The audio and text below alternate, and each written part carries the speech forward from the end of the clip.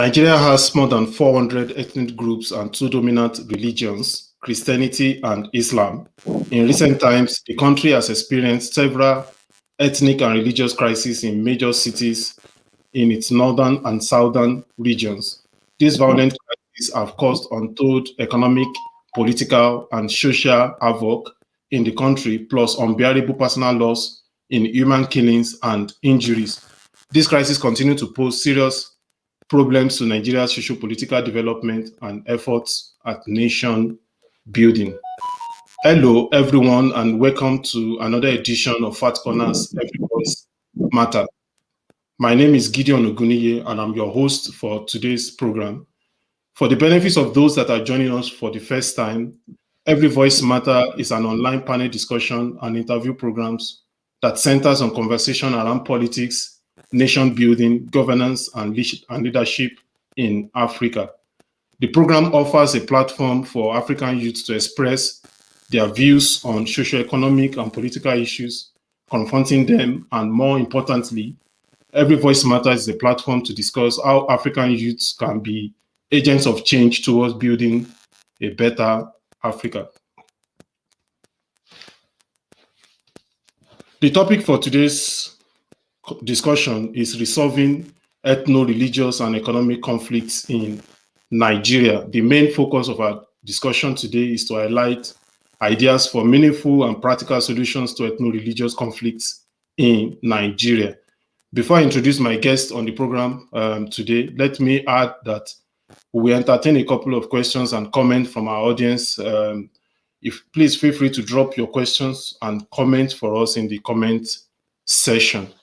To dissect today's topic, I have three special guests on the program. My first guest on the program today is Barrister Adeleke Adepoju, who is a senior counsel at Shipping and Litigation Group, ACAS Law Lagos. He is a consummate legal practitioner who provides top-notch advisory and dispute resolution services to his clients. His core areas of practice include banking and finance, industrial and labor relations, mining, energy and environment, human and civil rights, and general commercial litigation. Welcome to the program, Barrister Adeleke. Thank you, Gideon. Thank you for having me. I also have on the program Mr. Bamidele Fatade, who is a medical laboratory scientist by training. He's a passionate Nigerian, a socio-political analyst, and human rights crusader. He has always been committed to contributing his quota to encouraging youth participation in politics. He is also a member of the Not Too Young to Run movement in Nigeria. Welcome to the program, Mr. Bamidele. Good evening, Gideon. Thanks for having me. And the final but not the least participant in today's program is Adeyinka Bello Olarinmoye, who is a lecturer at the Department of Sociology, Lagos State University, Lagos, Nigeria. Mrs. Adeyinka is not on the call yet, but I know. Okay, so she's just joining us. You are welcome to the program, Adeyinka. Yeah, good evening. Good evening. Thank you very much for joining us. Thank you very much. It's a pleasure to be with you. Yeah, we are happy to have you. Yeah. So I think the best way to start today's conversation is to look at the causes of ethno-religious crisis in Nigeria. Since independence, Nigeria has experienced numerous ethnic and religious crises in major cities in northern and southern regions. We've seen this crisis in Jos, in Kano, in Kaduna. Now, currently, we have crisis in Oyo State. We have crisis in Ondo State, in Ekiti State. We have crisis in Imo State, and so on and so forth. Can you give us insight? My first question to you, Adeyinka, can you give us insight into the historical and contemporary causes of ethno-religious crisis in Nigeria? Thank you very much. I think it will be a bit difficult to start tracing the historical perspective of ethno-religious conflicts in Nigeria, because wherever human beings are gathered, in whatever time, space, we always have conflict. So where do we start tracing? From time, all tribal societies will have one conflict or the other. But if we want to start problematizing conflict in Nigeria, we should, especially as it borders on ethnicity and religion, we should start after the amalgamation of Nigeria. Probably that will give us more focus now, because human beings are gathered in whatever. Hello? Hello, we can hear you. It's bouncing back. My voice is bouncing back. I think the network is giving issue. We can hear you clearly now. Okay, thank you. I said we should start tracing the issues of ethnicity and religious conflict in Nigeria, probably from the period of amalgamation, when peoples, the groups, nationalities. We have over 400 nationalities in Nigeria. Of course, we have the three major nationalities, the combination of Hausa, Fulani, the Yoruba nationality and the Igbo nationality. But yet we still have other minorities that are all.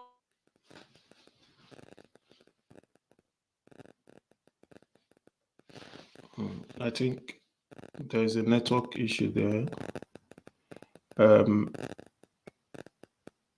Okay, we'll come back to you, Adeyinka, for you to complete your thoughts on that. Let me go to Barrister Adeleke.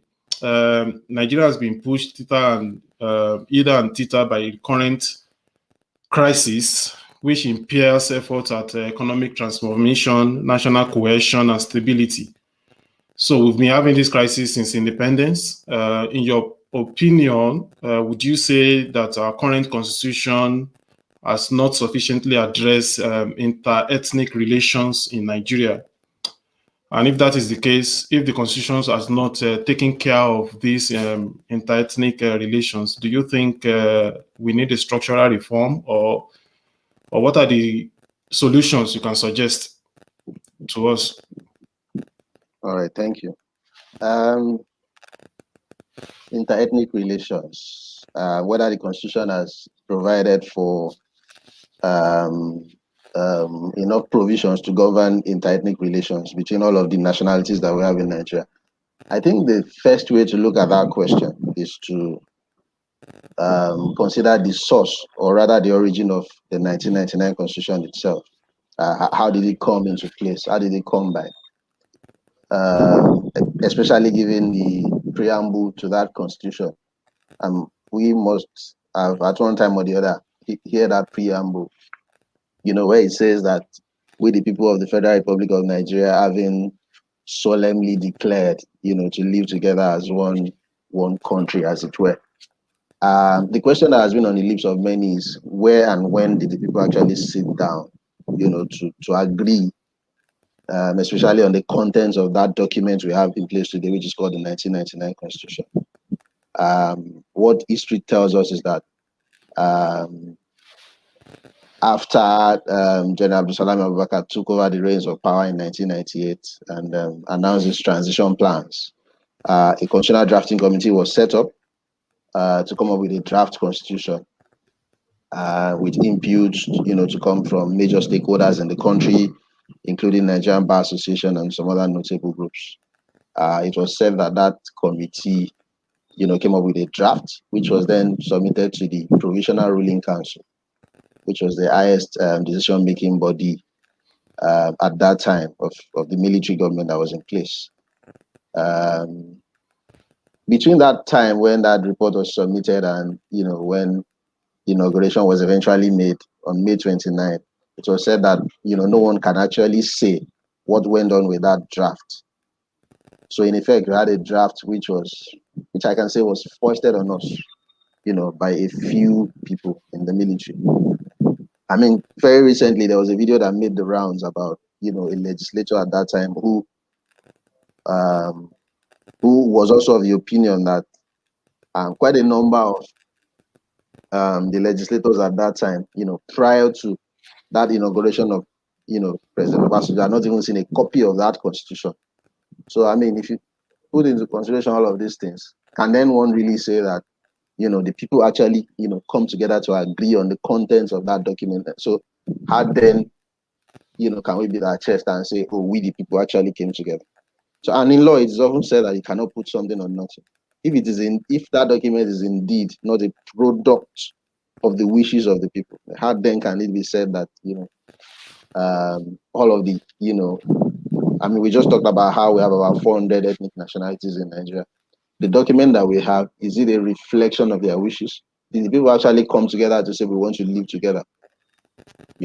But having said that, the document itself, how does it even, take into consideration all of these ethnic nationalities and different groups that we have?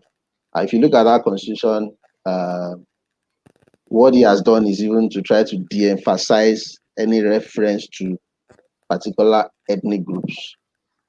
If you look at that constitution, you will not see Hausa, Igbo, Yoruba, Efik, or what have you. What you will likely see, some of the notable provisions is that Nigeria is one country, is a federation, which consists of 36 states.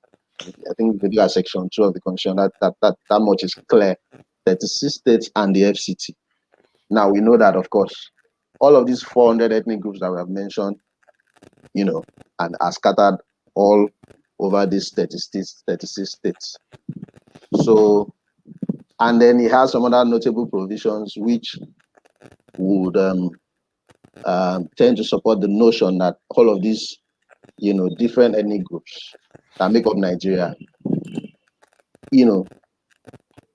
really do not matter. I mean, the reference to each and every one of them is not the real question. Rather, it sees Nigeria as one entity where people can live, where all of those people can live together without discrimination. And notably, Section 42 talks about no one shall be discriminated against, on the grounds of ethnicity, color, or race. That's a notable provision. I think Section 14 also talks about the federal character system, which says that every government institution or government body shall reflect the federal character system, in the sense that all of these 36 states must be represented in, government institutions, conduct of government decisions, and what have you. Now the question is whether all of these are, whether all of these provisions, are being really put into play in the current, dispensation, in the current, political dispensation that we have. You will find out that, contrary is the position. There is often they talk about lopsided appointments. Some ethnic groups do even, really even think that they're not being carried along at all. Igbo people will tell you that, it's their time to be president, and the rest of the country doesn't even trust them enough to be able to hold that position. So if you ask me, I would say that maybe the constitution, having said that, the constitution itself suffers its own foundational problem. But having said that, it also has provisions which tend to even see Nigeria as one where everybody can live. There's a notable provision that says, oh, you can, own and buy land, acquire land in any part of the country. You and I know that that is, that doesn't work in reality. There are some places that you will not, nobody will sell land to you if you are not an indigenous of that. So it then takes us back to, that foundational problem, which I think it is high time, prior to 1999 and the 1999 constitution, so we had a constitution that was, like I said, was foisted on us by the military. But I think the time is now for us to get it right. We've had this, democratic setting for a while now, and I think the people should really come, down and have this discussion. Do we really want to live together as one country? And on what terms? On what terms? Do we want, Do we want the regional system of government? Do we want to make adjustments to this federal system that we have? Do we want to have state police and some other issues? But I think that, to start with, the first thing would actually be, let us have a referendum. Let the people come out. Hausa, Igbo, Efi, Yoruba, Igala, Igera. Do we want to continue to live together as one country? And under what terms? I, for one, think that, the size of Nigeria is a blessing only if we, put into proper use and context. We can have one country where justice and peace would reign. We can have one country where there will be security and people will be, and there will be prosperity at the end of the day. Those are my immediate thoughts. Thank you very much, Barrister Adeleke, for that opening remark. I know we still have a lot to talk about Constitution as it affects the unity of the country. Let me say that so many people in Nigeria share your views on the foundational problems in our Constitution as it affects the unity of the country. But now that we have Adenyinka back on the call, she was sharing her thoughts about the historical and contemporary causes of ethnic conflicts and religious conflicts in Nigeria before she had the network problem. So, Adenyinka, can you conclude your thoughts on that question? I've not even started the thoughts before the network issues. Thank you once again. I was trying to first problematize the issue of religious and ethnic conflicts in Nigeria. I know that all human groups must have conflicts, one time or the other, and it's not time bound. Why it is important for us to discuss it now is that even when, every other parts of the world are trying to live together, even in the most part of these societies we live now, we know we have ethnic problems. We have multiple groups living in places. We don't sprout from the ground. Anyway, we all migrate and then we continue to have that. But the Nigeria issue is that it is now accompanied with so much mistrust, violences, and we have issues bordering so much on development that is because of this conflict, or this ethnic and religious conflict. And I often ask myself this simple question: why would religion be our issue if it's not that it's being used by some people to because religion should unite people and divide. But when it starts becoming, a tool for division, then you start asking questions. Then you have to recall the theorists like Karl Marx, who had said that religion is a tool.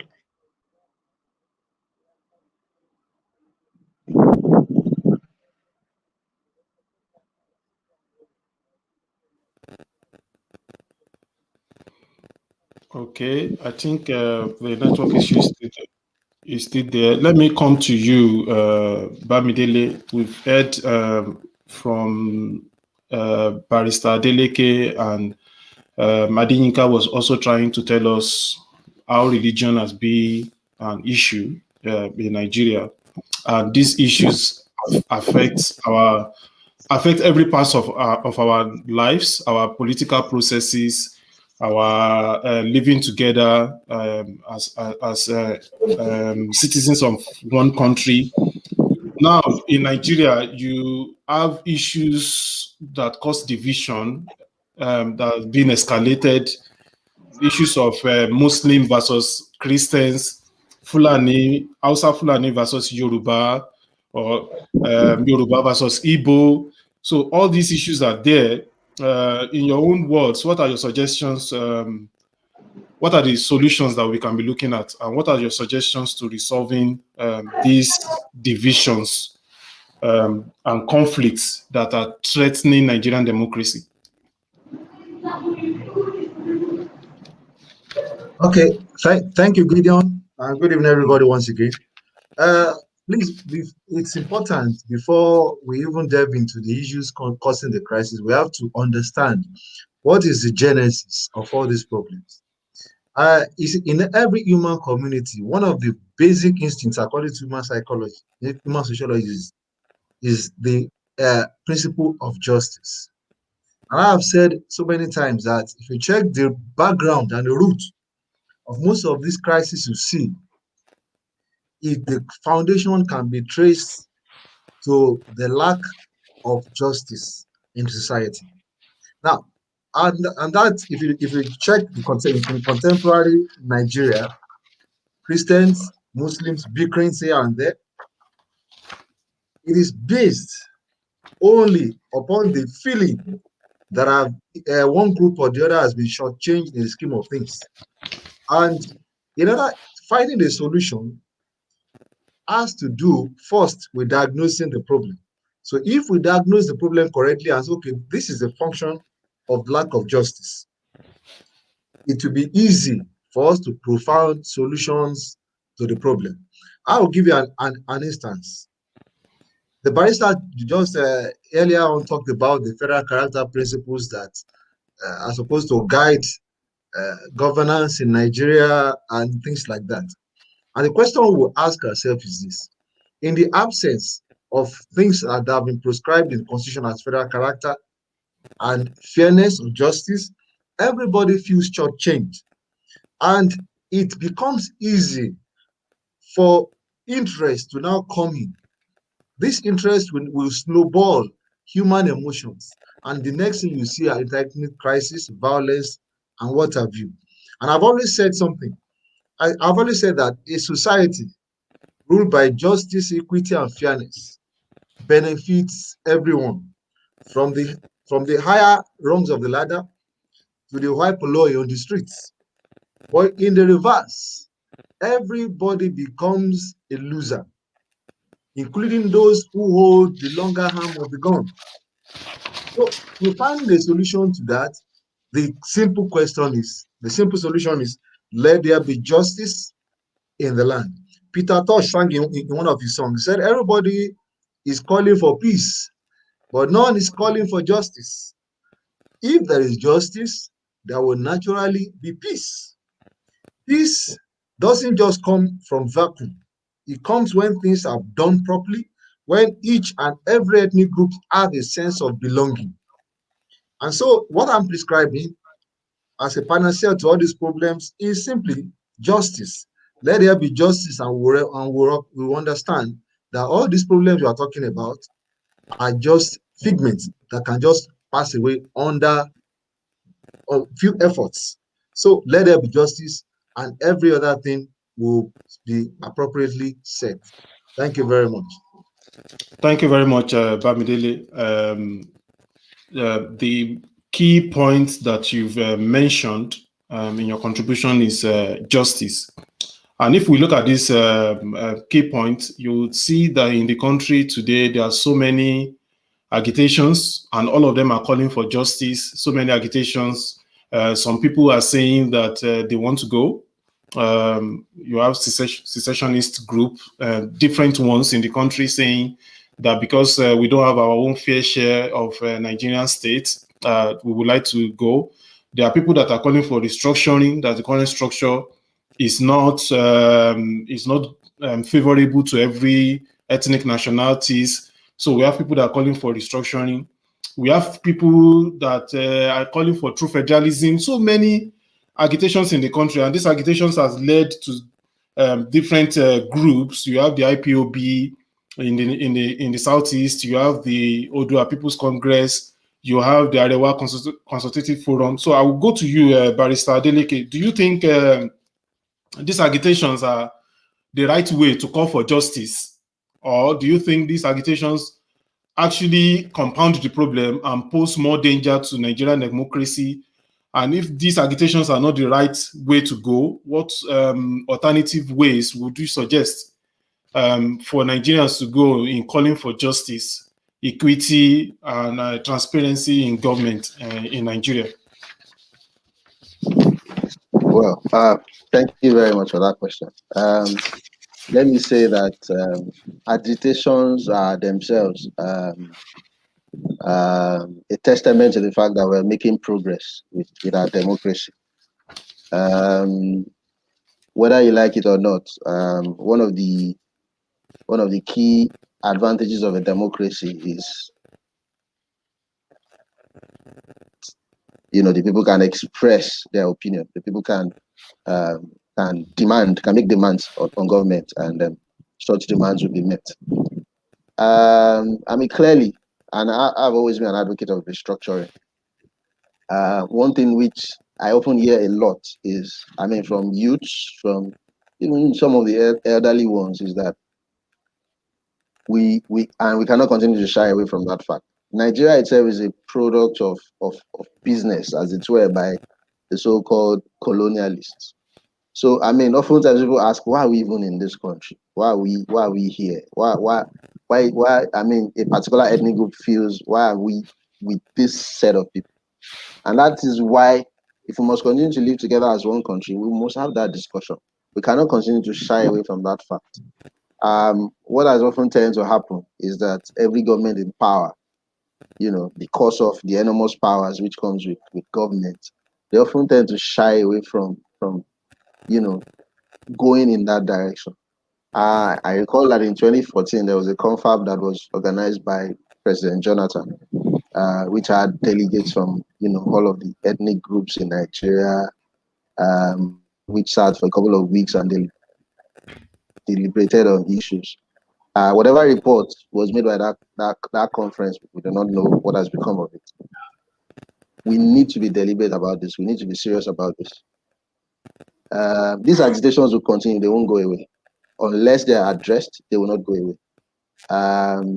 We all know the history about what led to the Biafra War itself, how that the Igbo people felt that, they're not getting the fair share of what they deserve. And very recently, even amongst the Yoruba race, there's the Odua front. A lot of people, thinking that, they're also not getting what they deserve. And the truth of the matter is that if you live in this country, you will tend to agree that things are lopsided. There's a lot of imbalance in the structure, which is tilting towards a particular group of people, a particular section of the country. We cannot deny, we cannot shy away from the fact that Nigeria, as it were, is skewed in favor of the North. They tend to dominate a lot of things, despite the fact that we say, oh, we have a federal character system and what have you. So we need to begin to have that discussion. Government will tell you that restructuring is not important because of the enormous powers that they are enjoying and they are wielding. And we have seen that we have seen that the people are continuing to suffer. Look at the security. You have a situation where the IGP is in Abuja. State governors who are supposed to protect the people, who are supposed to be the chief security officer, do not have control over IGPs. And then there's been a continuing call for state police. Recently, you have the Southwest setting up what they call the Amotekun,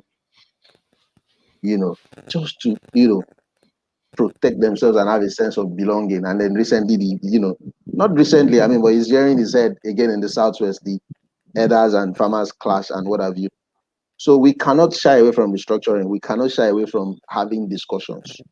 I, for one, feel that, the government at the center has too much wide powers, which they're not even using effectively.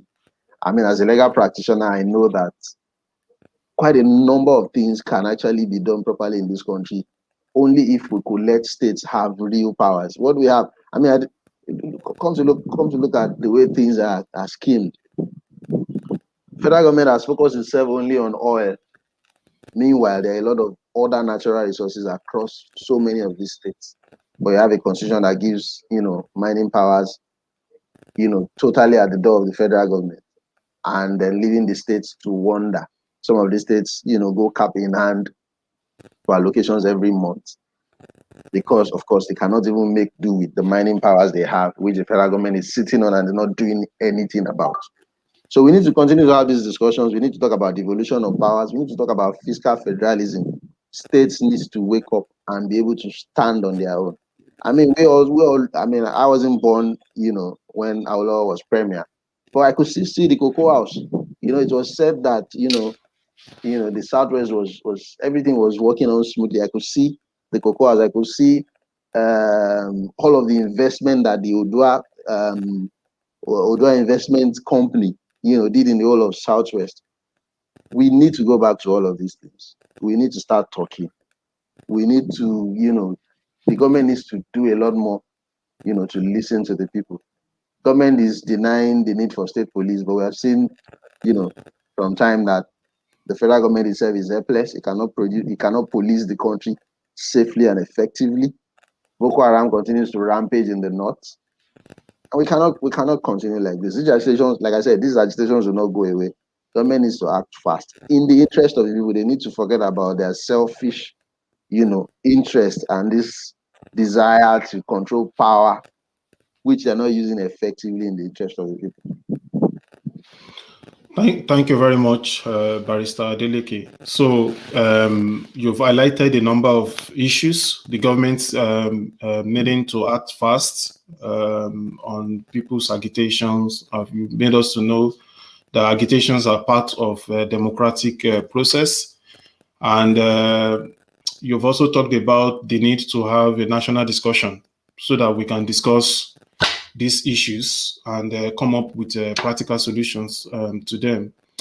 But from my observation, it appears that opinion leaders in Nigeria, they are not doing well in their utterances and the way they approach all these problems. In a way, they kind of overheat the policy and then makes the young people in Nigeria to engage in violent activities. And we've seen, I've seen examples of opinion leaders in Nigeria issuing eviction notice to other ethnic groups to leave their environment and so on and so forth. I want to come to you, Bamidele. What do you think is the best approach to address these issues? I know that you mentioned the issue of justice, that justice is lacking. There is inequality, there is lack of justice, and all of this has compounded the problems that we have in the country. So Barrister Adeleke has mentioned issue of having national discussion, having the government listening to the people. So how do we approach all these issues, most especially from the perspective of young Nigerians? So how do we come together, articulate this issue, approach them, and seek for solutions? Thank you very much once again. The question you asked can be said to be two-pronged. That is in two ways. Firstly, when I need to say this, that human nature, humans generally, they tend to be very erratic when their behaviors and their attitudes are largely unregulated. That is the essence of governance. If everyone is Americans to Nigeria, and if you take Nigerians to America and given the same environment, America will in 6 months become Nigeria, and Nigeria will in 6 months become America. Why? It's because things are done properly well in a place and things are not properly done well in another place. Now, concerning quick notices and some of the very inflammatory statements made by opinion leaders and the like. Now, the question is this: why are those leaders making those insightful and inflammatory remarks in the first instance? It's because they know They are well aware of it, that they will do those things and there will be no repercussions.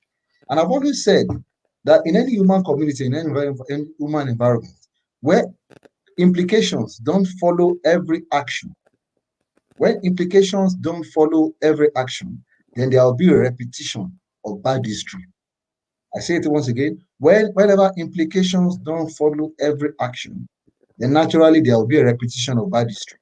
So that is why I will advocate strongly that, and of course, if you are going to allow implications to follow every action, there should be uniformity in these reactions.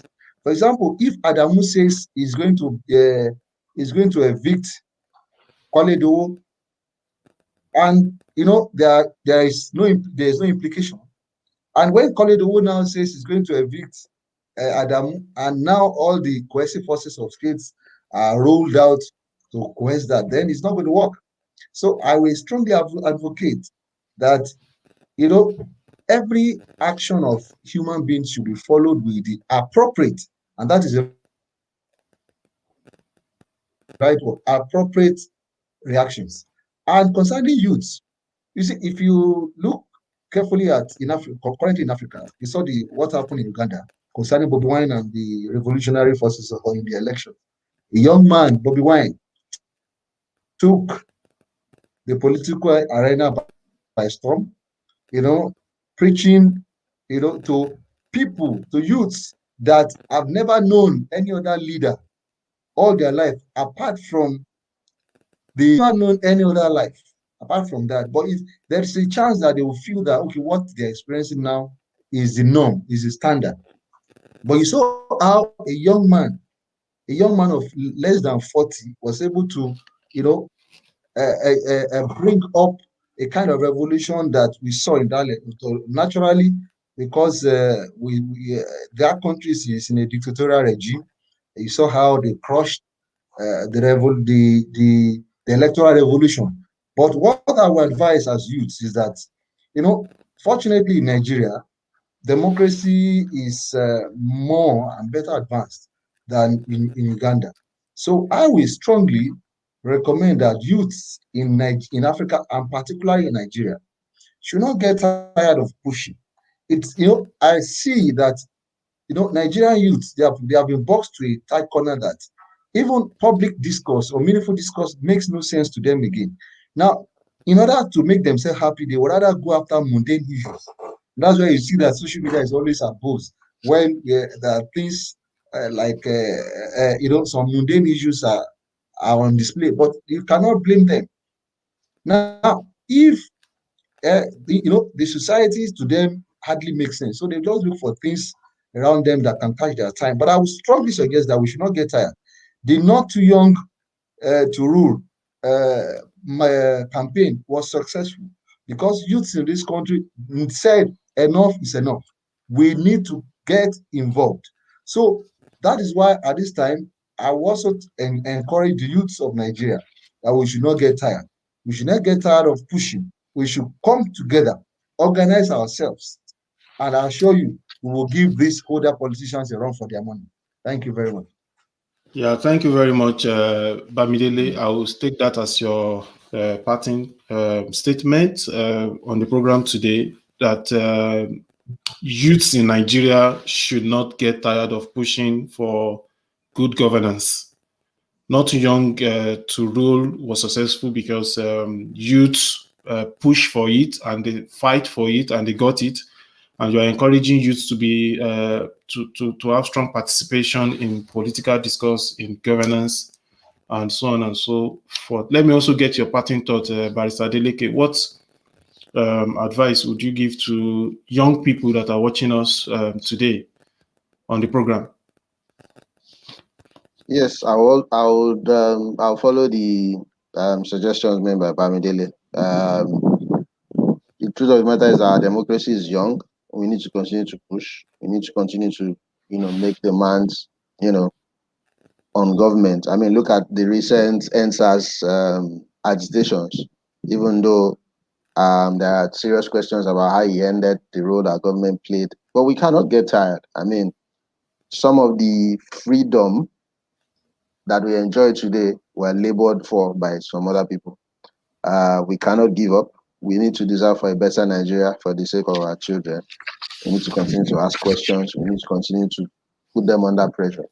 A lot of us feel that we don't need to get involved in the process because, you know, we cannot match these guys, you know, with finances and some other issues. But again, we have to start. We have to start somehow. We need to rally around. We need to keep talking. We need to keep getting involved so that we can get the Nigeria that we deserve. The truth of the matter is that Canada will not take all of us, whether we like it or yes. Nigeria is ours. We have to fix it. It's our country. We have to develop. Thank you.